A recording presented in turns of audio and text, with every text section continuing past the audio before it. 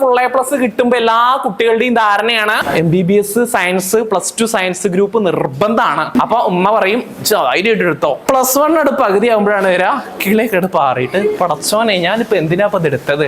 ഏകദേശം +2 കഴിഞ്ഞ് മാത്സ് ഒക്കെ സപ്ലി വരുന്ന സമയത്ത് നമ്മൾ ആലോചിക്കുക ഇത് നല്ലല്ലേ ഇപ്പൊ ലോകം അല്ലെ.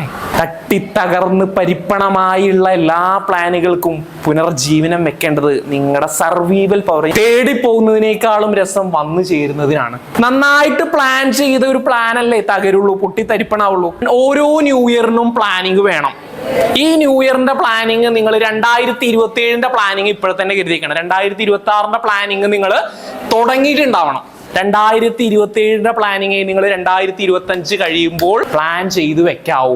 നിങ്ങൾ 8ാം ക്ലാസ്സിലുള്ള പ്ലാനിങ് അല്ല നിങ്ങൾക്ക് 9ാം ക്ലാസ്സിൽ എത്തുമ്പോൾ ഉണ്ടാവുന്നേ. 9ാം ക്ലാസ്സിലുള്ള പ്ലാനിങ് അല്ല 10ാം ക്ലാസ്സിൽ എത്തുമ്പോൾ ഉണ്ടാവുന്നേ. ശരിയാണോ? നിങ്ങളുടെ പ്ലാനിങ് ഇങ്ങനെ മാറുന്നുണ്ട്.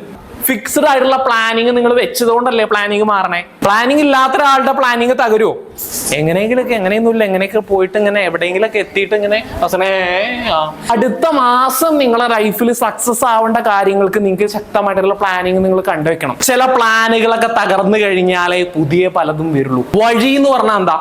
നടക്കുമ്പോൾ തെളിയുന്നത് എന്താണോ അതിനെയാണ് വഴി എന്ന് പറയാ. ചില സാധനങ്ങൾ നമ്മൾ പ്ലാൻ ചെയ്തിട്ടില്ലെങ്കിൽ നടന്നു കഴിഞ്ഞാൽ നമ്മൾ മുന്നിലേക്ക് ഇങ്ങനെ വരും. പക്ഷേ പ്ലാനിങ് തെറ്റുമെന്ന് കരുതി ഒരു പ്ലാനും അവസാനിപ്പിക്കരുത്. വീണ കാര്യം, ബസ് സ്റ്റോപ്പിൽ വീഴുന്ന കാര്യം ഓർമ്മല്ലേ? സർവൈവ് ചെയ്യാനുള്ള പവർ നിങ്ങൾ നേടിയെടുക്കണം. പ്ലാൻ A പ്ലാൻ B എന്ന് പറഞ്ഞ് കേട്ടിക്കണോ? പ്ലാൻ A തട്ടി തകർന്ന് തരിപ്പണമാകുമ്പോൾ നിങ്ങൾക്ക് പ്ലാൻ B യും പ്ലാൻ C യും നിങ്ങളുടെ ലൈഫിൽ നിങ്ങളെ പ്രൊട്ടക്ട് ചെയ്യാൻ വേണം.